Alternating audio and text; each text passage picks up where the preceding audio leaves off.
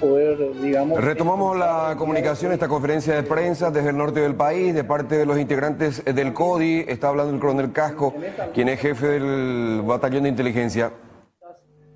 Podemos entender claramente que una firme decisión del gobierno nacional, del presidente Santiago Peña, y con este hallazgo podemos decir efectivamente de que el EML dejó de existir, y toda nuestra inteligencia, toda nuestra fuerza operativa del Departamento Antisecuestro, de la Fuerza Tarea Conjunta, del Batallón de Inteligencia Militar, va a estar orientado en un 100% en contra del EPP.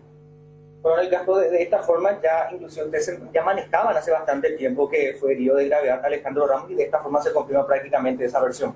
Sí, así mismo, ¿verdad? En el año 2027, en fecha 27 de julio del año 2018, conforme, ¿verdad?, a una bitácora que hemos encontrado en una de las caletas, su hijo, Antonio Ramos, ¿verdad?, detalla la forma en que él falleció en esa fecha. Inclusive, antes de que muera Alejandro Ramos, le pide a su hijo de que por favor no le deje con vida, que él mismo lo mate.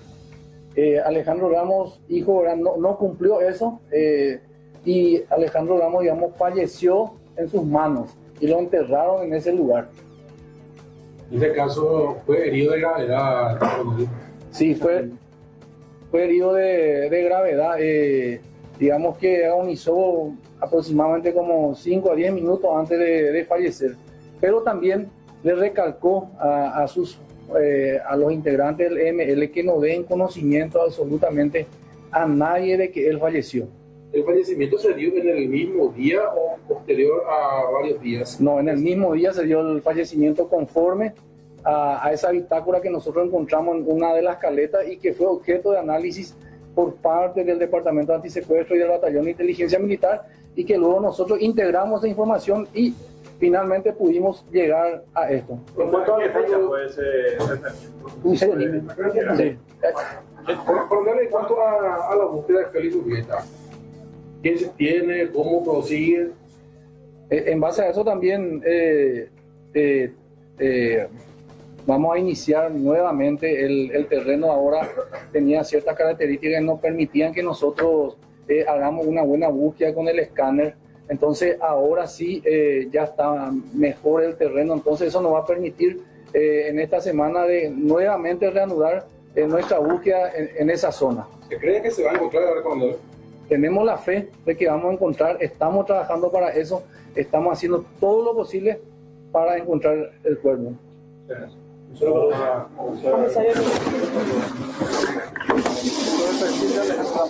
Estamos, antes que nada quería solamente dar algunos detalles, ¿verdad?, sobre los expuestos ya por el señor comandante del Batallón de Inteligencia Militar. Nosotros sabemos sobre la trayectoria criminal de Alejandro Ramos Morel, y el resultado del hallazgo del cadáver de Alejandro Ramos Morel o los restos óseos no será una cuestión fortuita. Como dijo el comandante Casco, el 27 de julio del 2018, 10 días después de que Alejandro Morel y todo su grupo hayan cometido un hecho punible, la FTC realiza una operación en la zona de Tacuara, en donde él cae con heridas sumamente graves. Es auxiliado por su hijo, y dentro de la documentación que nosotros encontramos, más el análisis de todo el corredor de movilidad que en su momento tenía el ML, nos orientó hoy a poder ir en la zona donde estaba, ¿verdad? Eso se debe mucho a todo el trabajo y a todo el cúmulo de información que fuimos analizando en todo este tiempo. Al mediodía más o menos es el enfrentamiento que tiene Ramos con un grupo de la Fuerza de Tarea Conjunta. Él le pide a su hijo que le dé un tiro de gracia y que su cuerpo ni sus restos sean entregados jamás al enemigo. El hijo no cumple esa tarea porque tenía miedo de velar su posicionamiento. Eso lo dice textualmente en el libro, en el documento que el 26 de febrero nosotros elevamos al Ministerio Público. En todo un cúmulo de información que combinamos el Batallón de Inteligencia Militar con el DAS.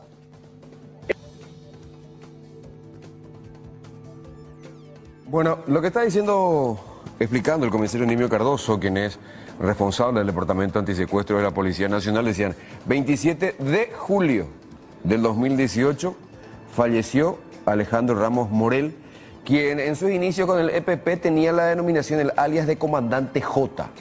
Cuando lo sacaron de este grupo criminal y armó su grupo Ejército Mariscal López, pasó a llamarse Comandante Joel.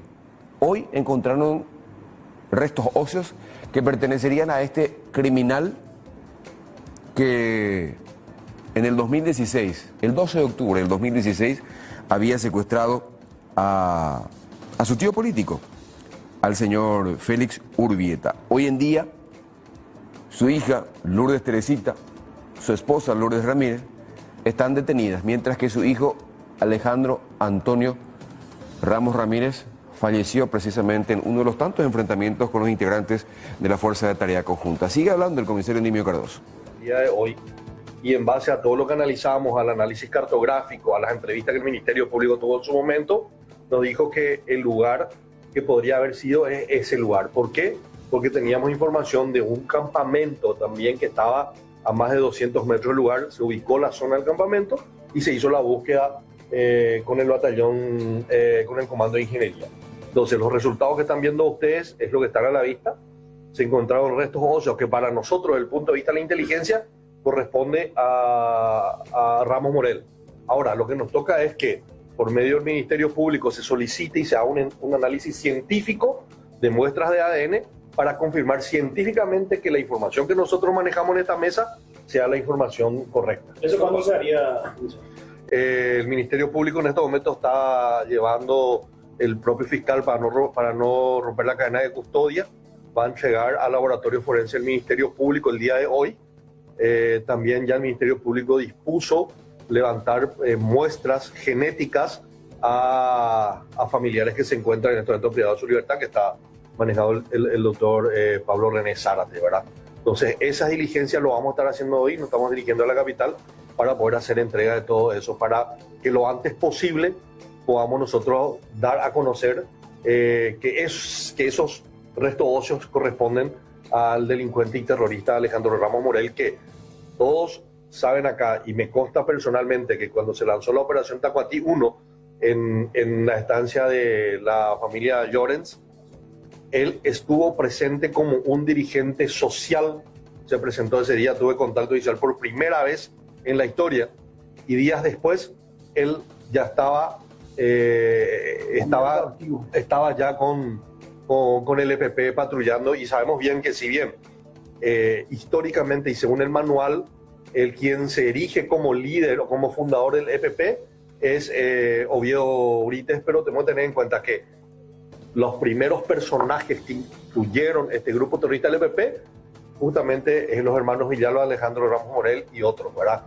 En su declaración, Fidel Zavala comenta de que Alejandro Ramos Morel era el ideólogo y la persona que le daba el cerebro para que la gente, una vez salía de su cautiverio, podían ellos tener cierta afinidad a este grupo terrorista, y era quienes salían a los jóvenes a poder hablarle de su filosofía marxista-leninista y de la lucha de clases para que ellos puedan ingresar dentro de las filas del EPP. Un elemento clave en sumamente importante. Cardoso, entonces, el comisario explicando acerca del trabajo realizado junto con los otros integrantes del Comando de Operación de Defensa Interna, CODI, Fuerza de Tarea Conjunta, para el hallazgo de estos restos óseos que, repito, según los trabajos de inteligencia, según la expertise de todos ellos, los restos son de Alejandro Ramos. La reconfirmación pasaría por pruebas laboratoriales que obviamente se tienen que realizar aquí en Medicina Forense de Asunción. Un juez en la lucha contra el crimen organizado autorizó la extracción de datos para una pericia del celular perteneciente al señalado narcotraficante brasileño Lindomar Regis Furtado. ¿De quién estamos hablando? De este mismo señor que se fugó del Paraná Country Club segundos, pero estamos hablando de segundos antes de que llegara una comitiva de la CENAD. Esto fue en febrero del 2022. No obstante, fue capturado en Río de Janeiro en febrero de este año con un rostro, con una apariencia totalmente cambiada con relación al aspecto que tenía aquel día de su fuga del Paraná Country Club. También se va a peritar el teléfono de Cari Alessandra Guimaraes, quien habría facilitado el escape en su momento.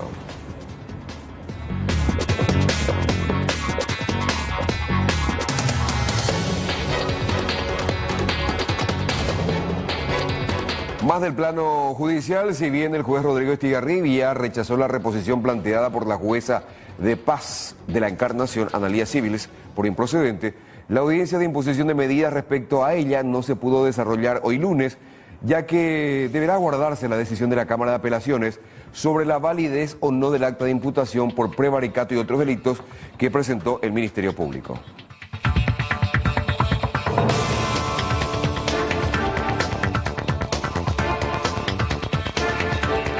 El que sí se presentó para la audiencia de imposición de medidas fue el juez suspendido, juez de paz también, Víctor Nino Rodríguez, quien se desempeñaba como magistrado de paz del distrito de La Recoleta. Concurrió a tribunales para esa audiencia de imposición de medidas ante el juez Humberto Otazú. La defensa ofreció como garantía real un inmueble evaluado en 1.400 millones de guaraníes. De paso, su abogado defensor, Secundino Méndez, criticó al Ministerio Público por haber requerido la aplicación de medidas cautelares al magistrado suspendido, desaforado, al tiempo de cuestionar también la mediatización de este caso denominado la mafia de los pagarés.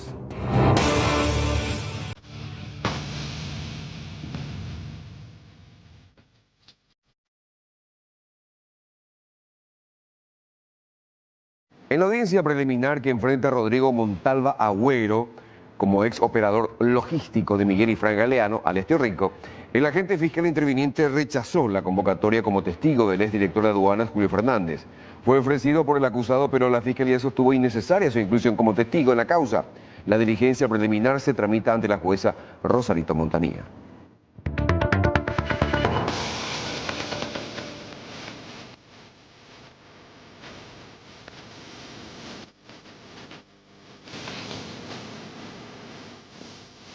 La jueza de ejecución Sandra Kirchhofer hizo lugar al beneficio de salidas transitorias a favor de Durguet Dávalos Saldívar, más conocido como DJ Meta, de viernes a domingos, prohibición de consumo de drogas y alcohol, entre otras restricciones. Este joven había sido condenado a 7 años y medio de cárcel por tenencia sin autorización y comercialización de sustancias estupefacientes, digo bien. El condenado había sido detenido durante un operativo antidrogas en junio del 2019.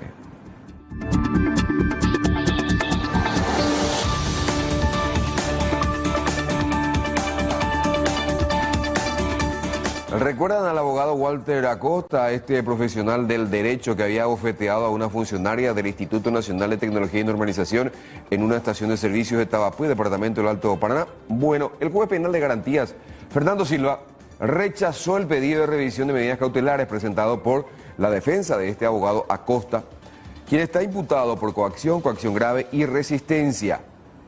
La defensa solicitó la revocación de la prisión preventiva o la aplicación de las medidas alternativas, así como el cambio de lugar de reclusión tras presentar documentos de 3 inmuebles y un informe psicológico. Sin embargo, el abogado Walter Acosta seguirá recluido en uno de los calabozos de la Dirección de Policía del Alto Paraná.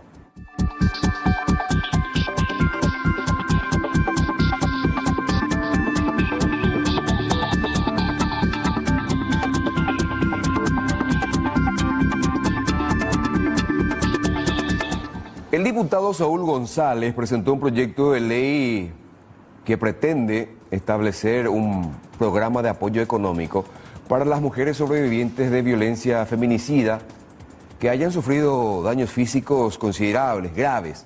La propuesta contempla otorgar a estas víctimas un apoyo estatal equivalente al 70% del salario mínimo vigente para costear tratamientos físicos y psicológicos. Esta pensión se ofrecería por un periodo de 10 años y de manera vitalicia si las afectadas presentan un 33 o más % de capacidad. El proyecto también destaca que la ley existente no contempla asistencia económica para mujeres sobrevivientes, quienes a menudo enfrentan secuelas que dificultan su reintegración social. Muchas de estas mujeres tienen secuelas permanentes que les impiden acceder a oportunidades laborales y las colocan en una situación de vulnerabilidad. La implementación del programa recaerá en el Ministerio de la Mujer y se requerirá de que las beneficiarias demuestren sus daños físicos mediante un certificado médico. El proyecto ingresó en la Cámara de Diputados el pasado 10 de abril y está en proceso de estudio en diversas comisiones.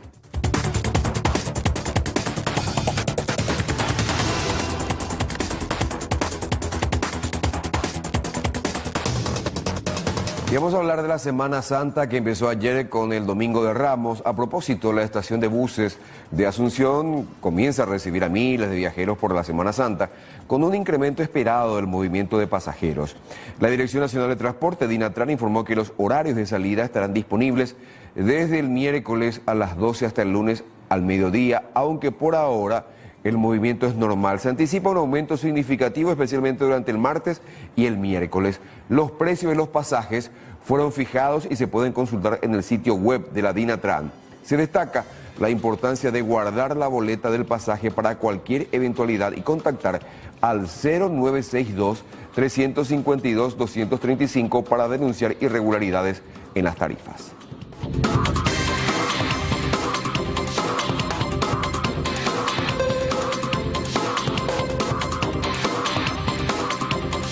Y esta es información para los jubilados del IPS como un adelanto excepcional.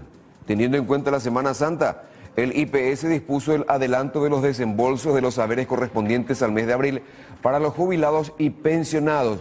Según un comunicado del ente previsional, el objetivo es adelantar el proceso de pago. De no haberse tomado esta medida, los jubilados habrían tenido que esperar hasta después de la Semana Santa, es decir, recién el lunes 21 de abril. Repito, los jubilados dependientes del IPS y pensionados al mismo tiempo empezarán a cobrar sus haberes a partir del miércoles santo, el miércoles 16.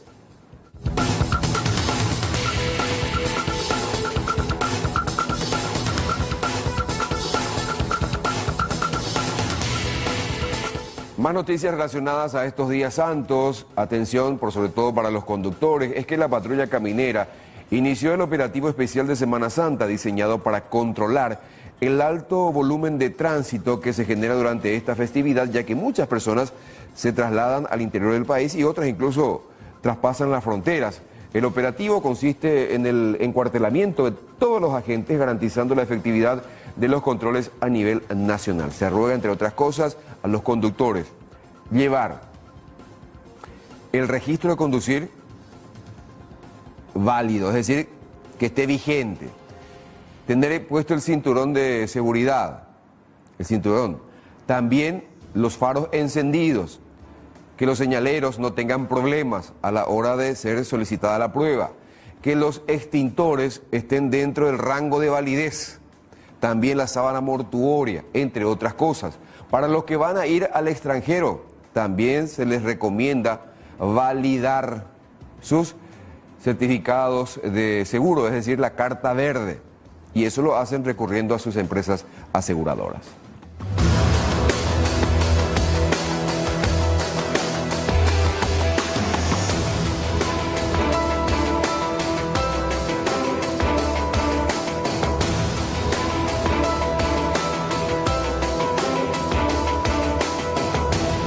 A esta información que se genera en el departamento de Canindeyú es que agentes de la SENAL, junto con agentes policiales antidrogas también, incautaron una importante carga de marihuana en la zona rural de la colonia Pacobá, distrito de Pindotipora, siempre departamento de Canindeyú, como les habíamos mencionado. Con apoyo de policías antinarcóticos y del fiscal Juan Venegas, la intervención se llevó a cabo tras informaciones de inteligencia sobre los movimientos de un grupo criminal que pretendía transportar una carga de droga. Se implementó una vigilancia encubierta que permitió detectar una camioneta blanca que, debido a las malas condiciones del terreno, o sea de la ruta, quedó empantanada. Los ocupantes abandonaron el vehículo y huyeron hacia una zona boscosa. En el vehículo había 1.445 kilos de marihuana prensada distribuidos en 84 paquetes. Su valor estimado en el Brasil superaría los $200.000. El vehículo y la carga fueron llevados a la base regional de la SENAL. Un dato no menor es que esta camioneta habría pasado por un destacamento militar, habría pasado sin ningún inconveniente, sin ser verificado.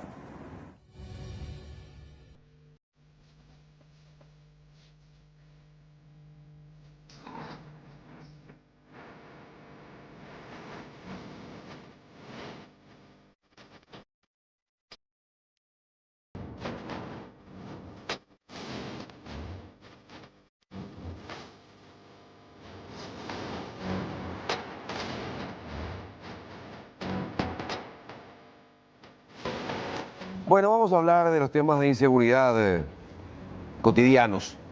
Con tranquilidad, fíjense en este hombre, mirando por sobre la verja que hay en esta casa que puedo robar, hasta que después se percató que el dueño había dejado una bicicleta.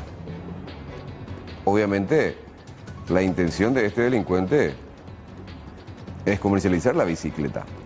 Trepó la verja sin ningún inconveniente, pero ¿cómo terminó la historia? Fue apresado por agentes de la Policía Nacional. Esto ocurrió en el barrio Païñú, aquí de la ciudad de Ñemby. Fíjense, la bicicleta de uno de los hijos de la casa, uno de los pequeños de la casa, ahí, sujeta, traba, digamos, el manubrio por la verja, para después volver a trepar. No le importó que estaba siendo filmado.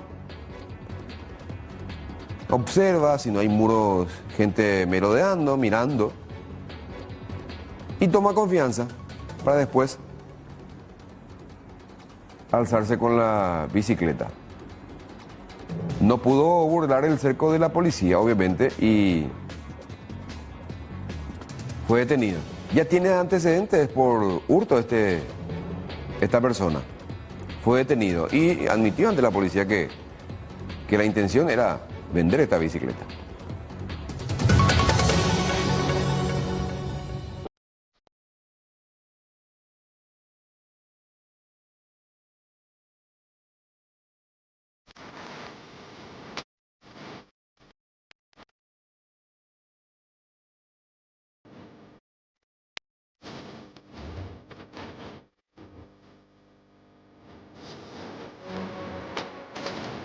Vamos a hablar del caso del extinto diputado Eulalio Lalo Gómez. ¿Por qué?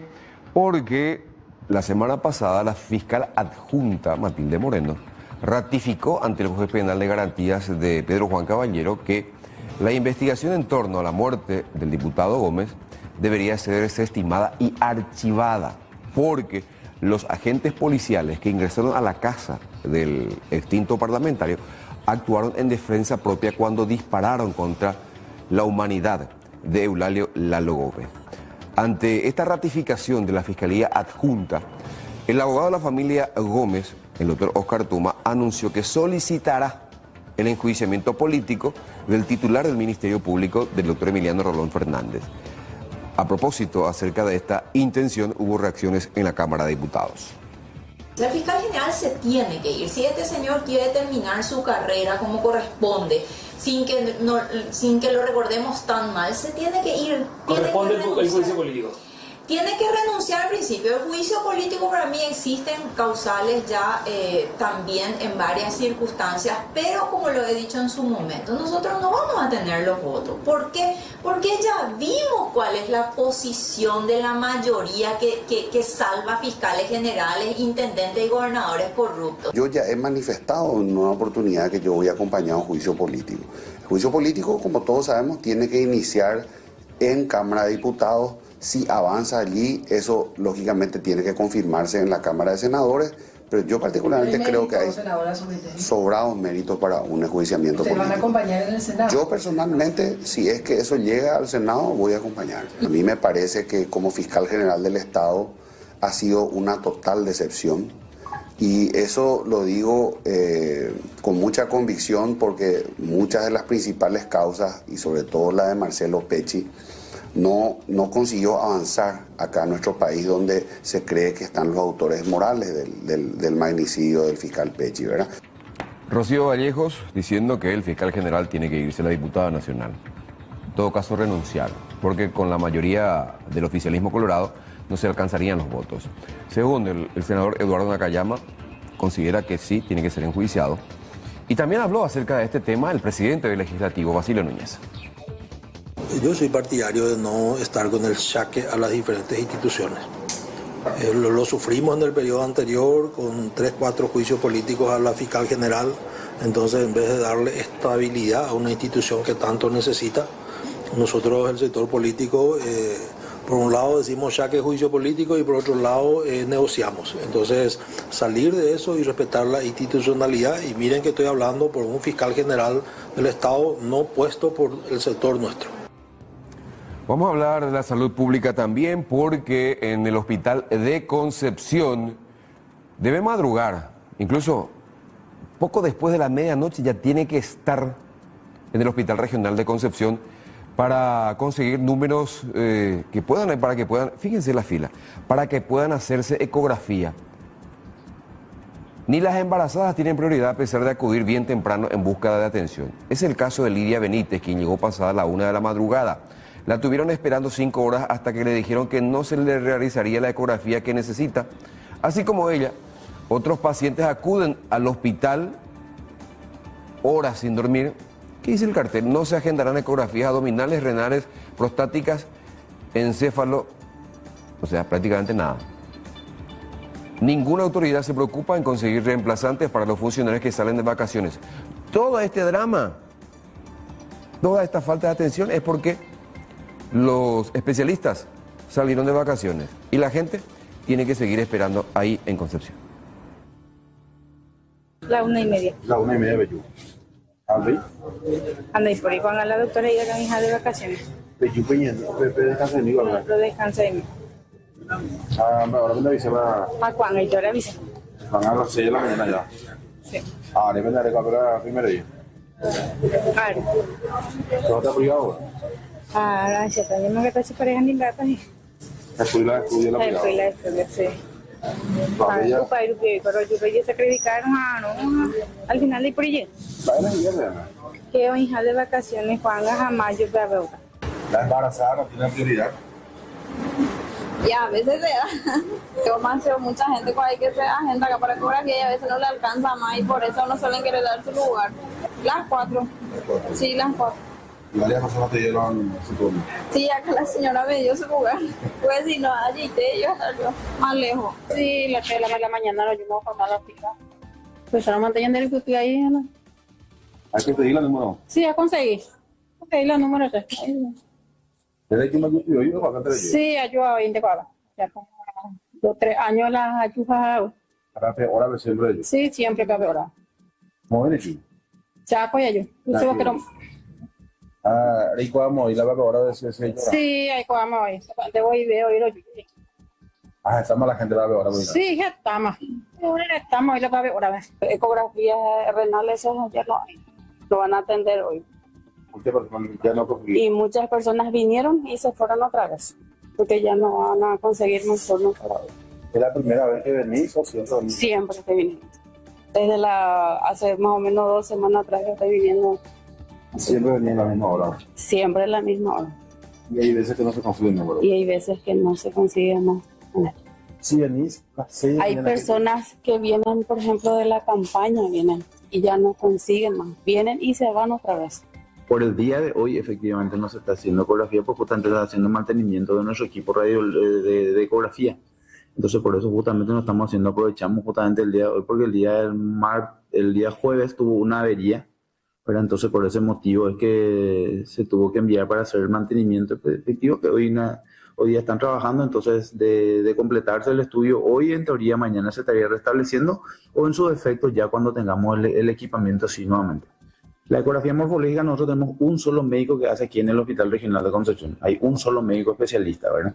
Y justamente está usufructuando sus vacaciones ahora en estos 15 días que quedan, justamente por eso estas 2 semanas no se van a estar realizando. Efectivamente, como hablamos siempre, el Hospital Regional de Concepción es uno de los centros más complejos que tenemos a nivel de la zona norte, ¿verdad? Por eso es que siempre nos vemos siempre en problemas cuando estos tipos de equipamientos, como sabemos, tienen que recibir su mantenimiento preventivo y correctivo en ciertos casos también. Entonces hay veces cuando tengamos que hacer esto tenemos que tomar la decisión de suspender estos días para mejorar el servicio dentro de este punto, ¿verdad? Y a partir de ahí, por ejemplo, es que cuando por la cantidad de pacientes que nosotros hacemos día a día, obviamente se resiente por un día que tengamos, porque la semana pasada se estaban haciendo, hoy es el único día que no se está pudiendo hacer. Entonces a partir de ahí es donde realmente nosotros no sentimos realmente, o se siente realmente esa falta, ¿verdad? Efectivamente, ¿por qué? Por la cantidad de pacientes que nosotros tenemos aquí en el hospital.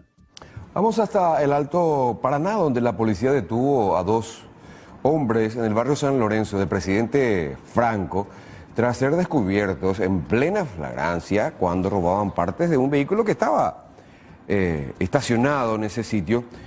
Gustavo Ramón Lescano Candia, 27 años, y Óscar Elías Ascona Agüero, de 23 años, fueron detenidos. Estos dos viven en el barrio Saltos del Mondal. Todo lo robado fue recuperado durante este operativo. Justamente el día de ayer se produjo la aprehensión de estas dos personas que ya habían entrado días anteriores en el mismo taller donde el dueño había realizado la denuncia que tuvo una pérdida de aproximadamente $30.000, ya que estas dos personas habían ingresado, sacaron objetos, elementos de valor de vehículos de alta gama, y el día de ayer se le pudo aprender estando dentro del mismo taller, inclusive con la misma indumentaria y las mismas remeras que habían utilizado en el primer hecho, se les pudo aprender, y al notar la presencia policial huyeron donde estaban personales del INSE. Una persecución se les pudo aprender, también recuperar objetos por un valor millonario que ya estaban desarmando ya vehículos de alta gama para poder llevar del lugar.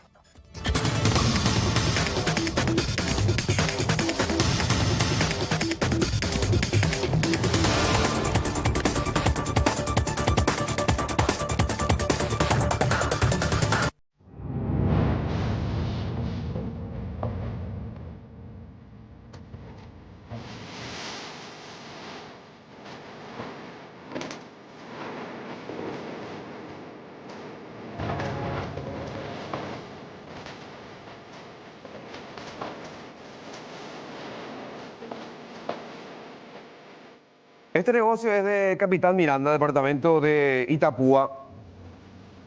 Un hombre que tenía, como todo, ¿por qué no?, un fin de semana de tomar un whiskycito. Ingresó a este local. Hasta ahí todo bien. Todos pensaban que iba a pagar por la bebida destilada. Sin embargo, salió sin pagar. Habló el encargado de este local comercial. Fíjense, viene con absoluta tranquilidad. O mañana, quita el zócalo ahora, a ver. Ahí. Ese es el hombre. Se mete debajo del abrigo y se va. Y este es otro. Son dos. Por lo visto la fiesta iba a durar por lo menos unas 2 horitas. Y se van. Sin pagar. Escuchemos lo que decía el encargado de este local comercial de la zona de Capitán Miranda, departamento de Itapúa. Me percaté que el señor había salido del supermercado sin ningún artículo, sin ningún bolsón. Estaba con un abrigo grande, era muy raro para la hora, ya que a esa hora estaba haciendo calor para mí. Y luego de eso, él volvió a ingresar y así como salió, regresó con el celular en la mano como si fuese que estaba hablando por teléfono. Me percato que a mi costado de la caja el señor agarró 3 huevos de Pascua de la marca Bonobón. Luego pasa por enfrente de mi caja, yo pensando que iba a pasar por la caja de la compañera para pagar los artículos. En ese caso en ese momento había sido que el señor se pegó la vuelta por el súper, se fue por la parte de la ferretería y como se puede ver en los videos, el señor agarró algunos cubiertos de la marca Tramontina, entre eso también algunas pinzas, un whisky también, y seguramente habrá visto alguna otra pérdida. Ahora, él se llevó elementos de herramientas, utensilios, huevo de Pascua y bebidas, entonces. Así mismo. Él ingresó ayer 2 veces, pero ya serían varias veces que esta persona hace lo mismo aquí en este lugar. Sospechamos que es la misma persona porque no es la primera vez que el señor llega al supermercado. La primera vez que me comentaron los compañeros que había llegado el señor, yo no estaba presente ese día, pero me dijeron que era el mismo modo operandi y que probablemente es la misma persona. Ya, ¿él sacó los productos de juego en un vehículo o saca los productos y se va directamente? Anteriormente me habían dicho los compañeros que el señor dejaba una mochila acá por el costado del estacionamiento y que él hacía su golpe, como se dice, sacaba la mercadería, volvía a ingresar y sacaba un poco más otra vez. Pero el día de ayer no, el día de ayer solamente pagó un artículo, pasó por caja, pagó un artículo cuando estaba sacando lo que tenía guardado por su ropa y salió caminando a los 500 metros acá, yendo como para Trinidad. Salgo, me percato que bajé a una motoneta, se sube la motoneta del señor y se van para Capitán Miranda, hacia Encarnación.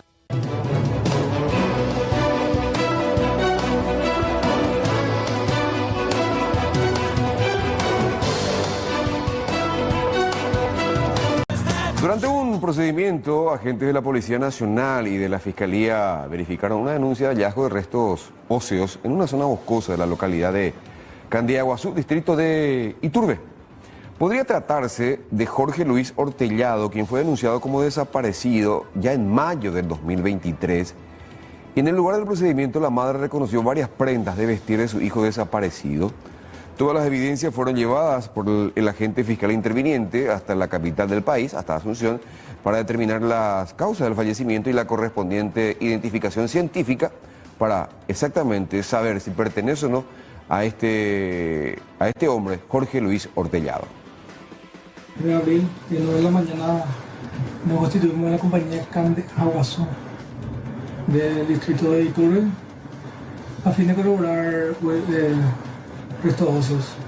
Presumiblemente una persona en la cual fue una denuncia por que se había perdido. Y la persona los familiares habían hecho la denuncia de la desaparición en el año 2023. Y posteriormente, prácticamente después de 2 años, fue encontrado. O sea, si bien todavía no tenemos certeza de que esa persona, ahora remitimos a la morgue judicial los restos óseos a fin de realizar un estudio de ADN, también un estudio antropológico y odontológico. Y hoy partió un nuevo contingente de asistencia para localidades del departamento de Boquerón, que se ven gravemente afectadas por las inundaciones. En total, los camiones de la Secretaría de Emergencia Nacional están llevando poco más de 55.000 kilos de alimentos que beneficiarán a más de 2.400 familias de diferentes municipios, repito, del departamento de Boquerón. Estamos saliendo de este lugar con 8 vehículos grandes llevando alimentos no perecederos para el departamento de Boquerón, específicamente para el municipio de Mariscal Estigarribia, donde vamos a asistir a la comunidad de Santa Teresita. Ahí tenemos 860 familias, 9 comunidades indígenas, una comunidad latina. Luego vamos a pasar a Laguna Negra, ahí tenemos 18 comunidades, aldeas en total. La comunidad de Laguna Negra tiene 18 aldeas. Ahí tenemos 1.560 familias. En total estamos llevando 2.400 kits de alimentos. En total eso representa en quilaje 55.000 kilos de alimentos que estamos llevando para Mariscal Estigarribia, para esos 2 lugares, Santa Teresita y Laguna Negra principalmente. Esta tarea va a continuar. Mañana salimos nuevamente para Alto Paraguay. Vamos a irnos a Carmelo Peralta y también para Puerto Casado, pero vamos por la ruta 3 hasta Vallemí y de ahí vamos a desembarcar en una embarcación y pasamos al otro lado del territorio paraguayo. Pero esta partida es para la asistencia todavía a las familias que fueron afectadas, que están todavía afectadas por la gran cantidad de lluvia caída. Inclusive este fin de semana tuvimos registro que cayó lluvia en el sector de Alto Paraguay, más de 100 milímetros en todo el territorio del departamento de Alto Paraguay. También tuvimos lluvia en el departamento de Boquerón.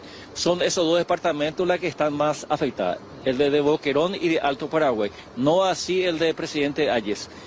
Nos falta varias familias todavía por asistir y lo vamos a realizar en forma periódica, constante, hasta llegar a todas las familias que necesita de la ayuda del Estado paraguayo, porque esa es la directiva que recibimos del señor Presidente de la República.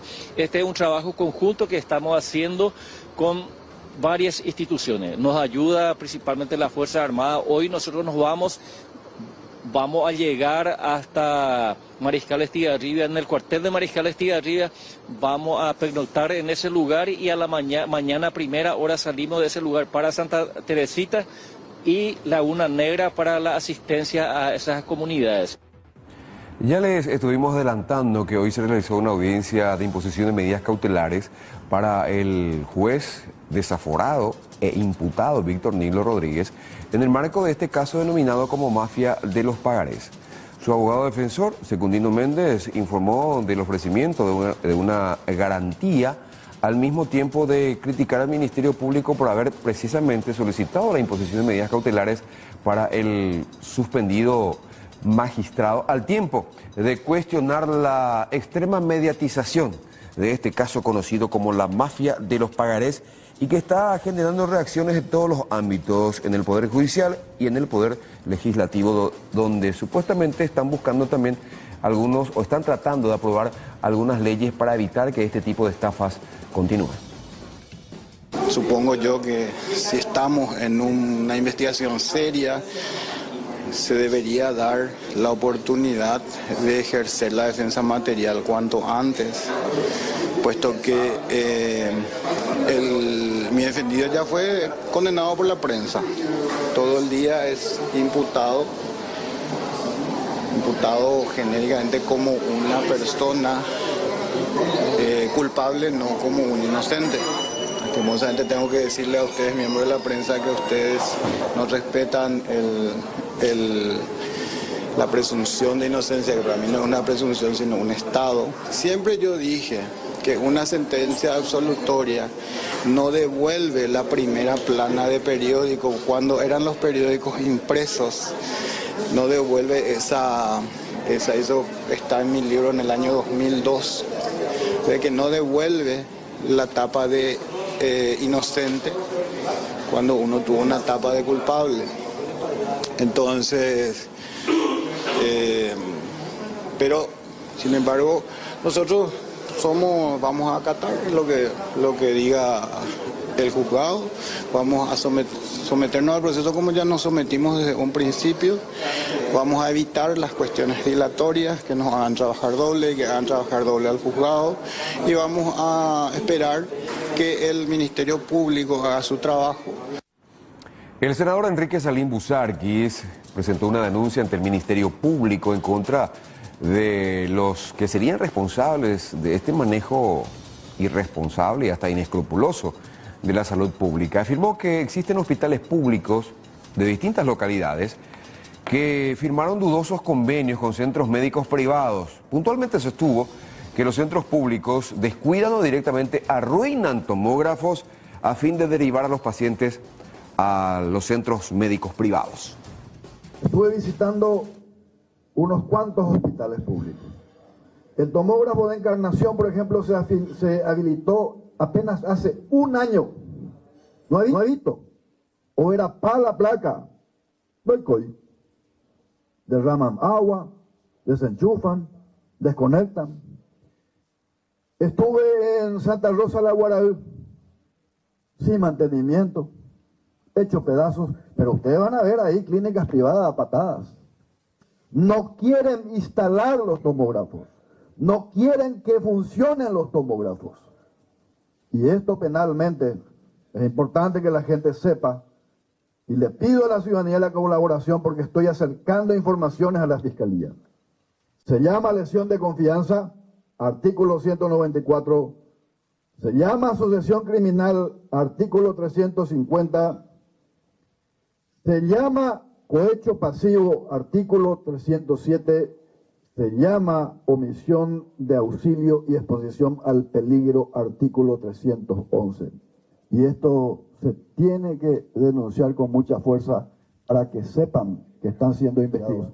Y yo por lo menos a uno quiero meterle tras la... Información del plano internacional que habla acerca de la presidenta mexicana, Claudia Sheinbaum, quien insistió en que su gobierno debe diversificar sus opciones de comercio exterior y dijo que la mejor manera de hacerlo es voltear a ver a América Latina y el Caribe.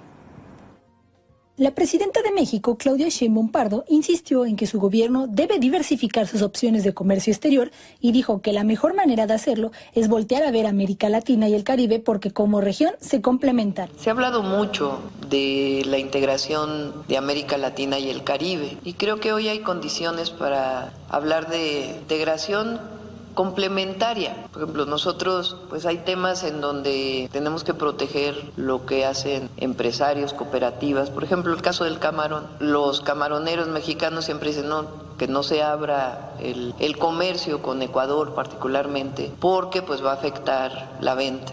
Entonces, en ese caso pues no, pero hay otros casos donde sí. Por eso la CELAC habla mucho de complementariedad. Entonces, sentarnos con Brasil, con Colombia, con Centroamérica, con otros países que quieran entablar este diálogo, para que incluso los empresarios mexicanos y de otros países puedan sentarse y establecer otras fuentes de tanto abastecimiento como de exportación, que nos complementen y nos fortalezcan como región. La presidenta Sheinbaum recalcó la propuesta que hizo ante la CELAC de hacer una cumbre donde se hable del impulso a la integración de los miembros de la Comunidad de Estados Latinoamericanos y del Caribe. Cabe recordar que en anteriores ocasiones, la mandataria ha referido que se podría integrar al resto del continente al TEMEC, el tratado comercial entre México, Estados Unidos y Canadá, y que esto convertiría al continente en una región competitiva frente al comercio de Asia. Para la red de noticias Salvavisión. Vamos a hablar de estos múltiples allanamientos ejecutados en el Alto Paraná. Los fiscales Vivian Coronel, de la Unidad Especializada contra la Trata de Personas, Alcide Jiménez y Luis Escobar, realizaron allanamientos simultáneos a recintos privados ubicados en la localidad de Hernandarias, en el marco de una investigación por supuestos hechos de trata de personas. En los procedimientos buscaron a captadores de personas bajo engaño para ser enviadas al Brasil y otros países a trabajar con supuestas remuneraciones altas, pero luego eran sometidas a estas personas a un régimen de explotación, de semi-esclavitud, según lo explicado por la fiscal Coronel. De acuerdo a datos, en dichas fábricas clandestinas se falsifican marcas paraguayas y los trabajadores llevados desde el país son sometidos a horarios extremos de trabajo con el objetivo de mayor producción. En el procedimiento fue detenida una persona, pero su identidad queda todavía bajo resguardo ya que se está en pleno proceso investigativo. Es una tarea y una labor bastante delicada. No solamente tenemos la sospecha que se estarían dedicando al rubro de captar personas para ser llevadas a otros países del mundo, para ser sometidas a un régimen de esclavitud y una práctica análoga, sino también tenemos un abanico de rubros a los cuales estas personas, o para los efectos que estas personas son llevadas. Tenemos el rubro de los cigarrillos, de las fábricas clandestinas, tenemos el rubro también del tema de las ropas. O sea, hay un sinnúmero de rubros a los cuales estas personas son llevadas. ¿Y habría delitos conexos? Por supuesto, por supuesto. Ustedes saben bien, la trata de personas es un crimen transnacional y siempre detrás de la trata tenemos el narcotráfico, tráfico de armas, tenemos lavado de dinero. O sea, siempre hay hechos conexos que lógicamente en el marco de una investigación como esta lo realizamos en forma minuciosa para confirmar o descartar esa hipótesis. Vamos a hablar a continuación de un violento asalto domiciliario que se produjo en la localidad de Nanagua. Una familia fue maniatada por delincuentes armados. La familia Rojas Ibarrola fue víctima de este violento asalto en horas de la madrugada, cuando al menos 5 delincuentes irrumpieron en la vivienda. Los asaltantes redujeron a todos los integrantes y los obligaron a entregar el dinero en efectivo que tenían. Además, se llevaron joyas, equipos electrónicos y una camioneta que luego fue abandonada. Una de las víctimas lamentó profundamente lo acontecido y expresó duras críticas hacia las autoridades locales por la falta de seguridad en esta zona. Porque la casa de uno es el lugar donde uno tiene que reposar, descansar después de un arduo trabajo. Y que te vengan y te rompan en la madrugada y rompan con tanta violencia, te deja mal, ¿verdad? Muy mal. Estar en la pieza ahí, de repente que violenten tu pieza y que entren 3 y que después escuches tiros en la pieza de tus hijos. Es lo más feo que hay, Señor. Es triste. Demasiado abandonados estamos acá. Estamos abandonados, autoridades ausentes, todas las autoridades ausentes, todas. Todas, señor, y eso siento mucho, porque provenimos de una familia muy humilde, así como tú, tenemos lo que tenemos, hemos tenido con mucho sacrificio, sin joderle a nadie. Mi familia siempre se caracterizó por ser buena, por ser caritativa con los demás. Mi esposo siempre tuvo buenos amigos. Y es triste que suceda esto, señor. Muy feo. Estamos muy mal. Lastimosamente estamos como estamos, ¿verdad? Todas las autoridades es la misma cosa, es la misma historia. A la pesca ahí por la gente que trabaja, coimeando a la par. Todos son la misma cosa, señor. Esta es la hora que son casi las 4, ¿verdad? Sí. Más de las 4. Hicimos nuestra denuncia a la madrugada. La fiscalía ausente a esta hora, señor. ¿No vino todavía junto a usted? Nada, señor, nadie. De fiscalía ausente tenemos. Se subieron en la camioneta de mi hija, dejaron a la orilla del Río Negro. Y gracias a un sistema de alarma se pudo detectar dónde estaba la camioneta. ¿Verdad? Le jugaron a mi hijo menor. A mi hija también. No estuvieron asignados en una pieza y a mi marido le torturaron. Muy feo, señores, lo que pasó. Muy feo, no le deseo a nadie. Y vamos a hablar de un tema repetitivo. Un hombre fue víctima de la utilización de su nombre para una millonaria estafa. Fue detenido, esposado y depositado, dejado en una celda. Luego de comparecer ante la fiscalía, fue puesto en libertad. El 2 de abril pasado, un hombre contactó con una casa comercial que se encuentra en Concepción, dijo llamarse Luis David Candrea Medina. Pidió un presupuesto para la compra de 22 acondicionadores de aires por un monto cercano a los 80 millones de guaraníes. No llevó mucho tiempo para que se concretara el negocio. El hombre envió una fotografía del cheque y el depósito que había realizado supuestamente. Hasta el comercio fue un camión cuyo conductor aseguró estar autorizado para retirar la mercadería que tenía como destino la ciudad de Limpio. La compra se concretó a las 13 y cerca de las 15 el propietario del local se comunicó con el banco para averiguar sobre el depósito y fue informado que el cheque tenía una orden de no pago. Se trataba de un caso de estafa y la denuncia fue presentada ante la Fiscalía de Concepción. David Candrea es un joven que se dedica a trabajar como conductor de plataformas y se vio sorprendido cuando su nombre comenzó a aparecer en las diferentes páginas de noticias, sindicándolo como presunto responsable del caso de la millonaria estafa. Sus padres, junto a un abogado, llegaron hasta la Fiscalía de Concepción para explicar que habían utilizado su nombre, que no tenía relación alguna con el hecho investigado. Incluso presentaron imágenes del lugar donde se encontraba al momento en que ocurrió el hecho. David ya estaba con una orden de captura que fue ejecutada por la policía este fin de semana. El joven fue interceptado cuando trabajaba. Lo esposaron y le metieron a una celda de una comisaría de San Lorenzo como si fuera un delincuente más. Sabemos bien que es inocente, él no es culpable, entonces estamos haciendo pedido para que se le deje libre, porque él estaba acá en Asunción, nosotros sabemos bien que él estaba acá en Asunción, todo eso se hizo allá en Concepción. ¿Qué fue lo que pasó en Concepción?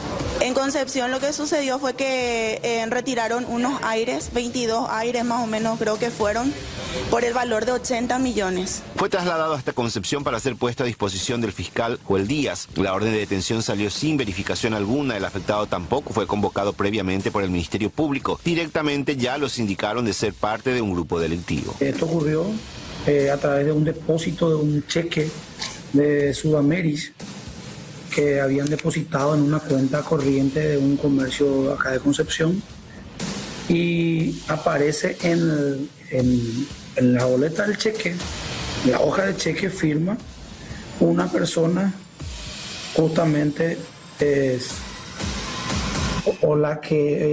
que deposita en la boleta de depósito, un tal Luis Candrea, ¿verdad? Y aparece su firma en la boleta de depósitos en el Banco Continental. Luego de ser tratado como un criminal, de permanecer horas en una celda y ser escoltado por varios policías, David finalmente fue liberado. Ese día estaba trabajando, que llegué a mi casa porque yo suelo trabajar a la mañana temprano, después como para el movimiento, vuelvo, desayuno duermo un rato, almuerzo y vuelvo a salir. Y le comenté todo lo que pasó. Con una pasajera le bajaron y le pidieron su documento y le dijeron que tenía una orden de detención. Le llevaron a la comisaría, le esposaron, le trataron como un delincuente.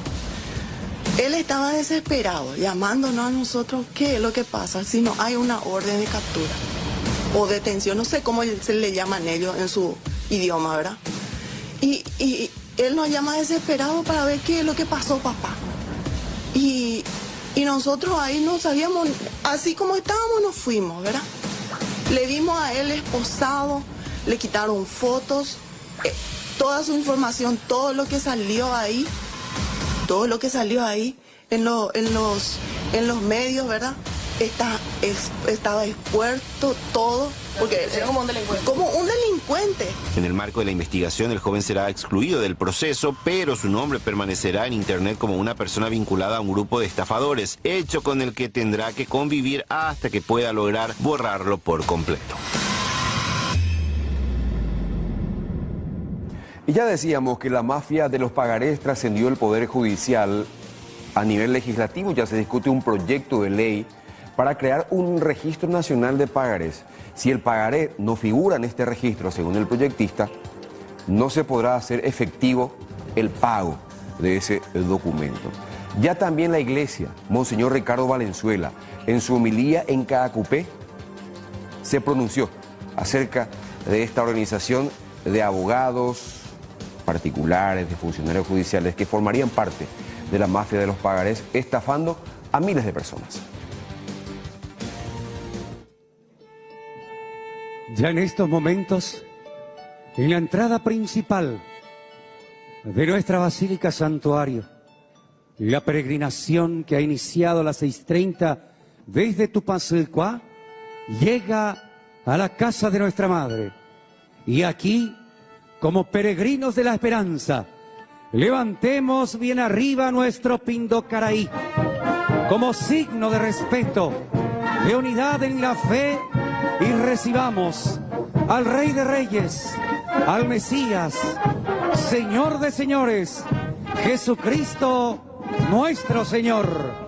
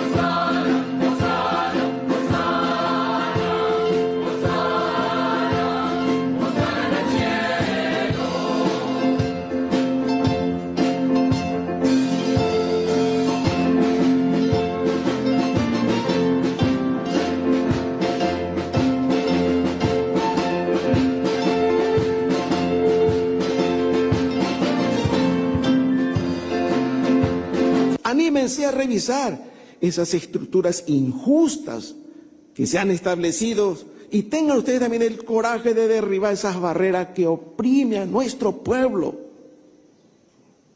Busquen los modos más eficaces para combatir la irritante pobreza extrema, la corrupción y la impunidad. El máximo esfuerzo para extirpar, quitar el cáncer del narcotráfico, del lavado del dinero y el tráfico de personas, entre tantas infames injusticias. Pero la máxima corrupción del pueblo es la corrupción y la impunidad. Esto nos lleva al abismo. Imagínense usted toda esta mafia de los pagarés. ¿Cuánta gente inocente? Una mañana se despertó y ahí está, una cuenta que tiene que pagar por millones y no sabe ni de dónde apareció. Mafia de los pagarés. Lacras que siguen carcomiendo los cimientos de nuestro país. Parecen no tener límites y resulta muy preocupante y muy serio y grave a la vez que nuestra sociedad, nosotros nos vayamos acostumbrando a observar nomás como los delitos cometidos contra el bien común permanezcan impunes.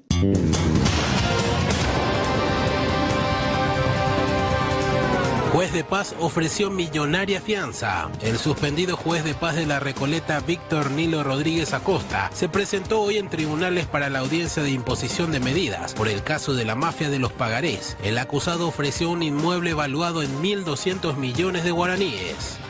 Nación, puntualmente en el barrio San Pedro, se llevó un allanamiento y detención de personas por producción de patente vehicular falso. Participaron agentes de la Dirección contra Hechos Punibles, Económicos y Financieros de la Fiscalía.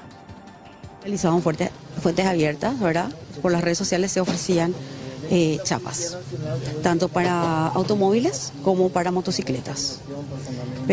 Pedimos orden de allanamiento, el juez nos dio la orden y estamos acá. Al llegar, encontramos acá las personas que estaban haciendo esto, las computadoras con las cuales hacían, las impresoras, gran cantidad de chapas, como te digo, tanto de vehículos como de motos, ¿verdad? De vehículos grandes como también motocicletas, y todo el proceso de fabricación. Hay algunas que están comenzando, otras que están para pegarse los numeritos y otras que ya están totalmente terminadas. Es una falsificación bastante elaborada. Se ofrecía en las redes sociales y ahí llegaban los pedidos y calculo que antes robaban las chapas para andar por ahí, para cometer los hechos punibles, y es más fácil de esta manera para ellos, supongo. Bueno, tenemos manipulación de graficaciones técnicas, producción de documentos no auténticos y también la parte de marcas en relación a las marcas que ya te mencioné. El lugar, esta vivienda que funcionaba como serigrafía, también por identificar a la persona.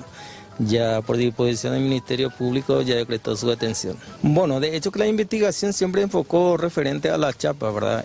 Falsificada. Eso es lo que nosotros manejamos, encontramos una gran cantidad. Lo que a nosotros nos llamó la atención, encontramos una placa de origen argentina, ¿verdad?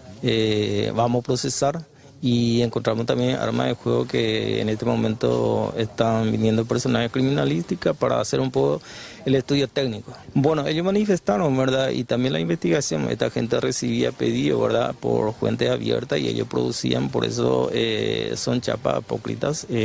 Hay que acordar que son instrumentos públicos que no pueden ser falsificados.